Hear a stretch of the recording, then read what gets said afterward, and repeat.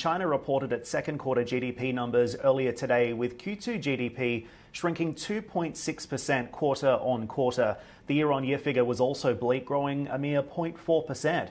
We also had a slew of economic indicators out earlier. Retail sales rose over 3% in line with estimates, but industrial production missed the mark, rising just 3.9% year on year. Well, let's bring in CNBC.com reporter Evelyn Cheng now live in Beijing. And Evelyn, you were at the press conference. What else did we learn?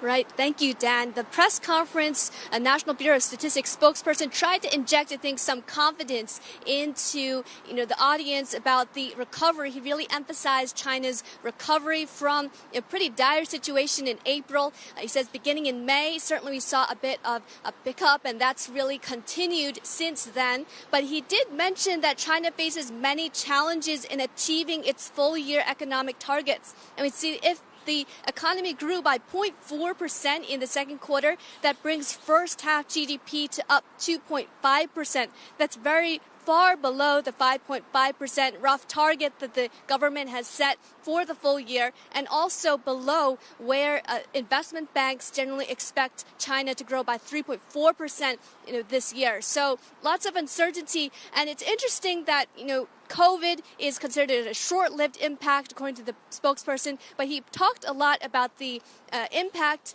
how China is performing relatively better in inflation, in other terms, relative to the U.S. and Europe. So, again, trying to project some modest confidence as we head into the rest of this year.